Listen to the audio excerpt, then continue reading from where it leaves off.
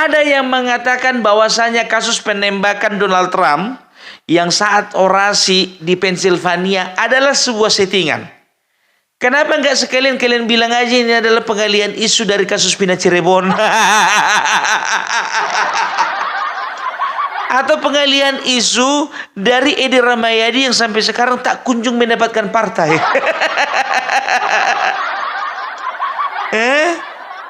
Atau ini adalah sebuah penggalian isu dari hadiah hiburan yang didapatkan Ahok dan Ganjar sebagai hadiah tidak mendapatkan bagian di dalam pemilihan kepala daerah.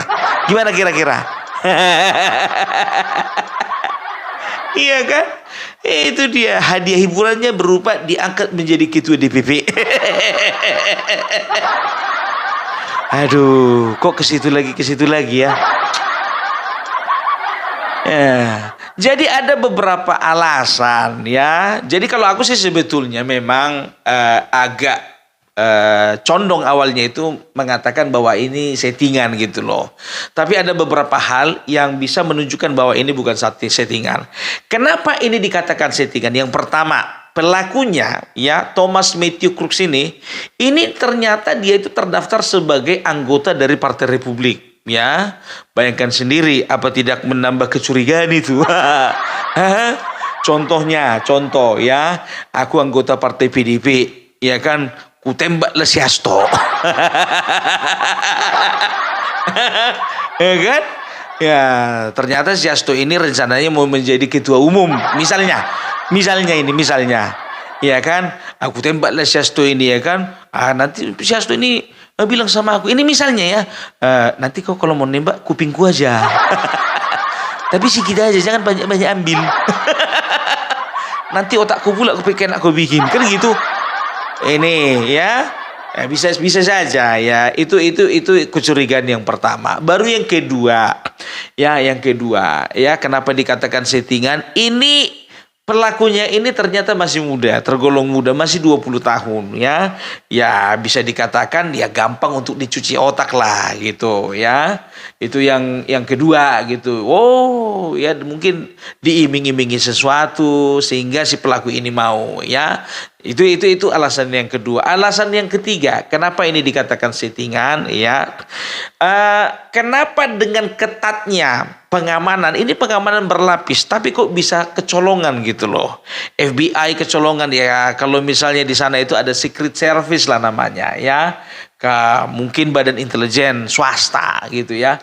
Tapi kenapa bisa kecolongan gitu loh ya? Jadi itulah, secanggih-canggihnya sistem keamanan itu bakalan bisa, kalau ada celah itu akan kebobolan. Sama kayak Menkominfo.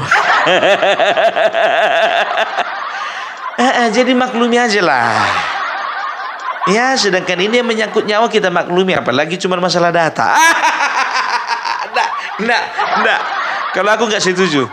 Enggak. Tetap itu adalah merupakan keselamatan bangsa dan negara juga dan masyarakatnya ya. Karena data kita itu kemarin itu sempat sempat di-lock gitu ya. Oke.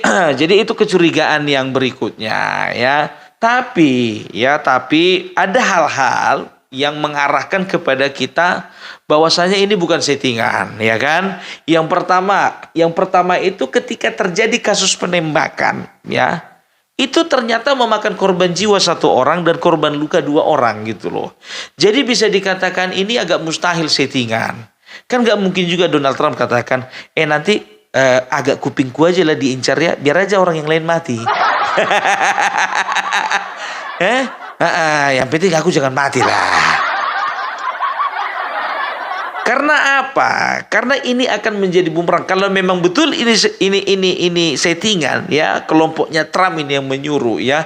Kalau sempat diusut dan terbukti ya, apakah ini bukan menjadi harga yang mahal untuk seorang Donald Trump untuk menjegalnya menjadi seorang calon presiden, kan begitu ya. Jadi kayaknya itu agak tidak mungkin lah ya. Yang kedua itu ada luka darah gitu ya, ada luka darah. Jadi beberapa pengamat mengatakan untung saja saat itu kejadian ya Donald Trump itu sempat menoleh ke arah yang berlawanan ke arah sisi lain gitu loh. Jadi sebetulnya incarannya itu memang kepala, tapi karena memang dia menggerakkan kepalanya, akhirnya yang terkena itu telinganya. Kita bisa lihat sendiri kan di video-video, mungkin kalian udah bisa cari lah itu, ya kan? Itu memang telinganya itu asli berdarah itu. Ya, itu berdarah bukan karena korek kuping. Itu karena memang peluru tajam. Gitu loh, ya kan? Jadi agak kurang memungkinkan lah kalau dikatakan itu settingan, ya kan? Nah, itu dia. Jadi itu tidak mungkin ya seorang namanya si Trump ini mempertaruhkan kredibilitasnya sebagai mantan presiden loh, ya, sebagai mantan presiden. Memang betul ya, banyak yang berspekulasi bahwasanya ini settingan. Karena apa? Ya karena hidupnya ini memang Donald Trump ini penuh sensasi gitu loh. Tapi gimana pun juga dia berduit. Kalau di tempat kita ini kan udah nggak berduit bikin sensasi. Kalau di negara barat, Western country itu biar tahu kalian, yang berduit yang bikin sensasi. Iya kan? Kalau di sini bikin sensasi dulu biar dapat duit. Udah mulai ada yang bilang, Pak Opung Parbela, kau itu satu orang ya. Kau bikin sensasi, kau kali muncungmu, biar dapatan duit kau.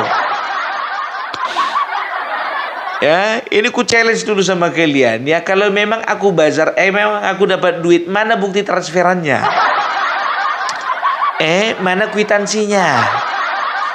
Mana struk ATM-nya? Ya, kembali lagi ke Donald Trump. Jangan dulu kita bahas-bahas Opung Parbela kah?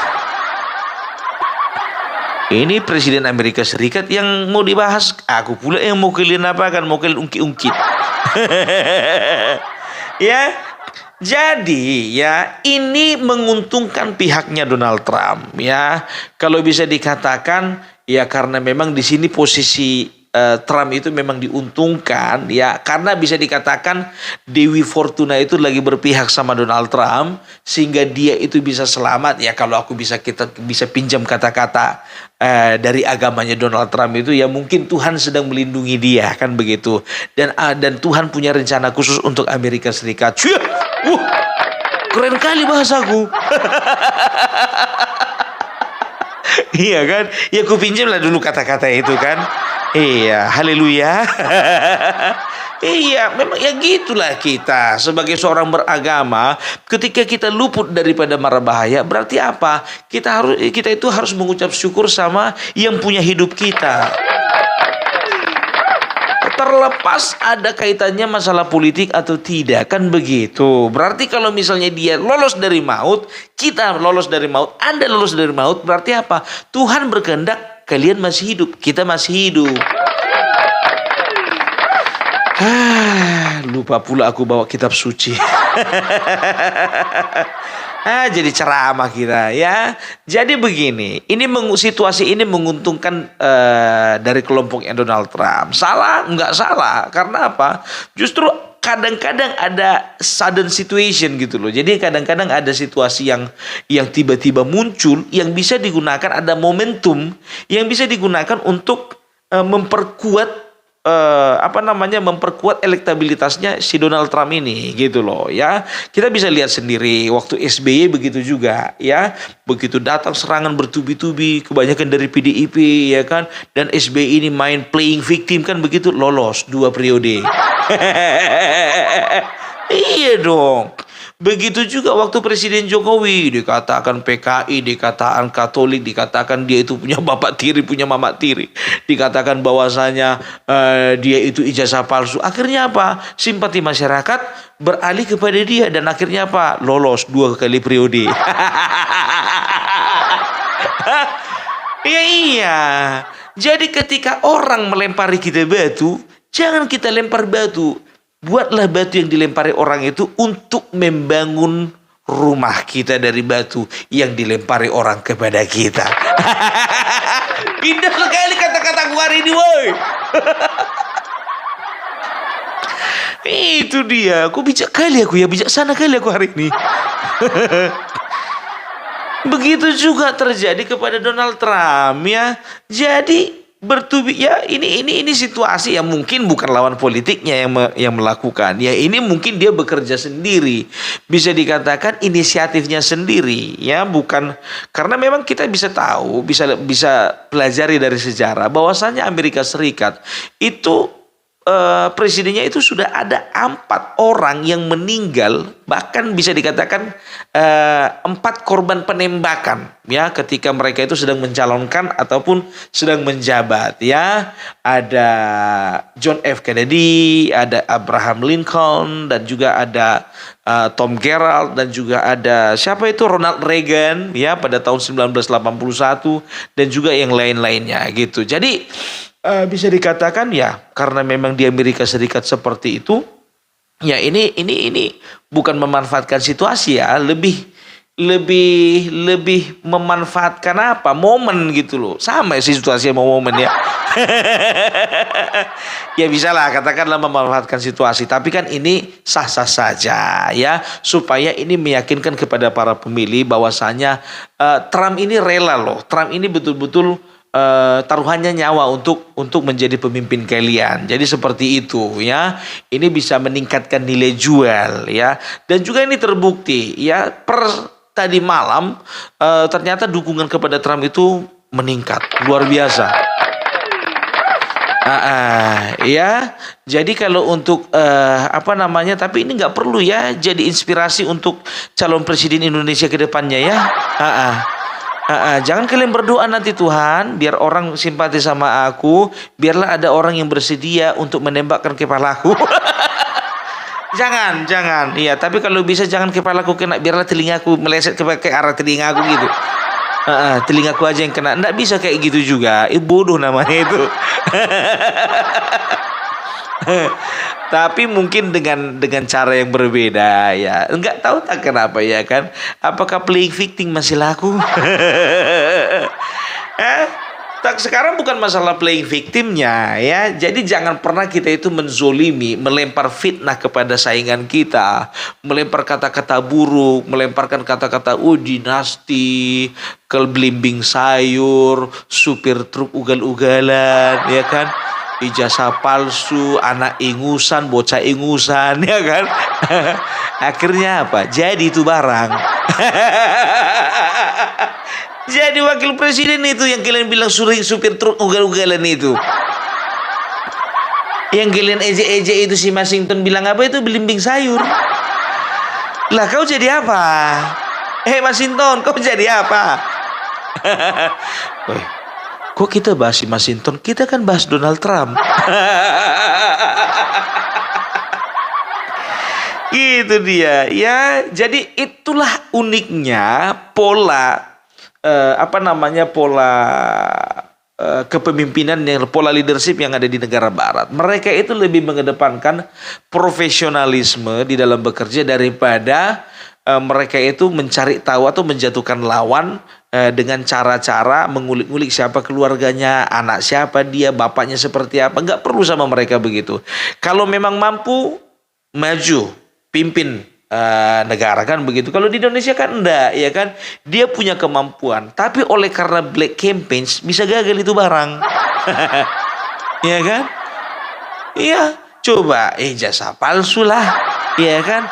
PKI lah, komunis lah, tapi ujung-ujungnya apa? Indonesia ini masih disayang Tuhan.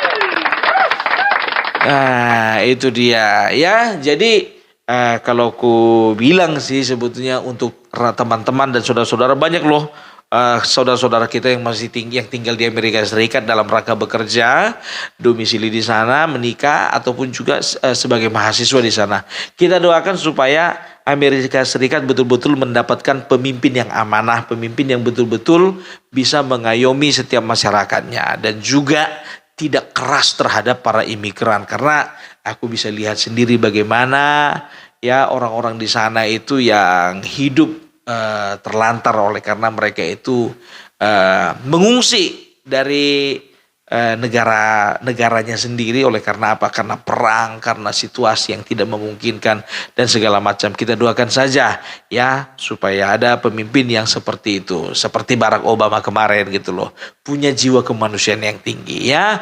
Jadi oke lah kalau kayak gitu ya, salam dulu untuk kau dulu Bapak Donald Trump. Nah, ini tulang kami nih.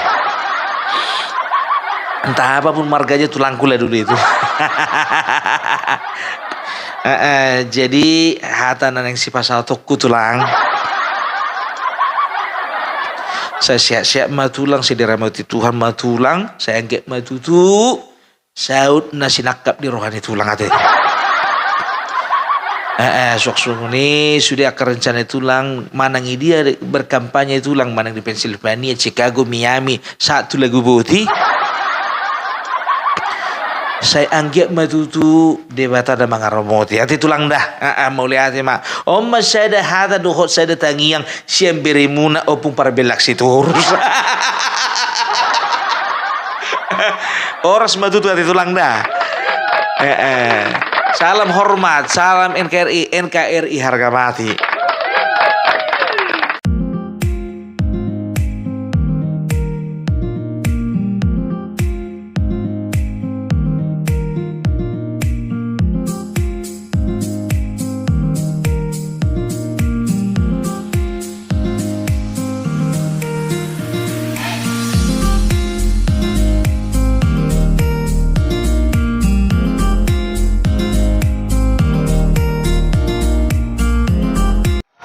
Remember this, Joe Biden is a great threat to our democracy. He's a tremendous threat to our democracy.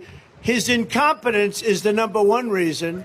Also, he uses the Justice Department, the FBI, to go after his political opponent, happens to be me. How are we doing? And he's driven my numbers through the roof.